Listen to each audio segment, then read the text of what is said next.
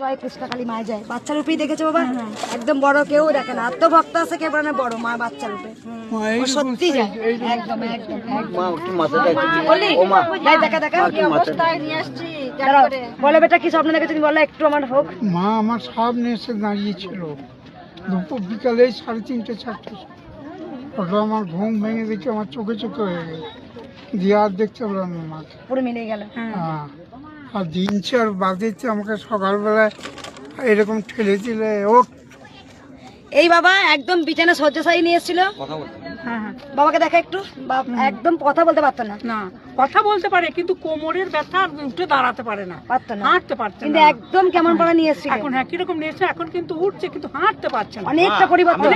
নিয়ে আসি না সেদিন ও একদম মৃত্যু প্রায় অবস্থা, নিয়ে গেছি খুব কষ্ট করে। যে আমি বকেছিলাম তোমাকে, হ্যাঁ তারপরে নিয়ে এসেছি, নিয়ে আসার পরে এখন সব সুস্থ। সে দুবারে আপনি বলেছেন নিয়ে বাড়ি যা, নিয়ে বাড়ি যা, ওই গাড়ি তো এখানে দিয়ে বলে নিয়ে বাড়ি চলে যা, ওকে বললেন। তারপরে আবারও এসেছিলাম একবার, মোড়া বেঁচে গেল বলো না, সব মোড়া বলে চলে আসছে। কিন্তু আমি কিন্তু ব্যানার দিয়ে দিচ্ছি মন্দিরে সব রোগী এলো না, মায়ের নাম জপ করো, কারণ নিয়ে ঝেড়ে দাও।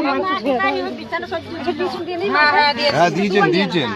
বাবা সুস্থ হয়েছে, বাবা এই যে মা গেছে বললো না, মা যে স্বয়ং গেছে, আমরা মৃত্যু ছিলাম বেঁচে গেল। আনতে পারি না, কই নাম বলো, নাম বলো, নাম বলো। আনতে পারছি না, নিয়ে চলে যা, নিয়ে চলে যা, আমার কথা শোন। জয় কৃষ্ণকালী মায়ের জয়, জয় জয় তারা। এখন অনেক ভক্ত আছে রে, বলছি তো দেখি রাস্তা কেমন ছিল দেখ, মরা মতো নিয়ে এসেছিল, একটু দাঁড়িয়ে পড়েছিল।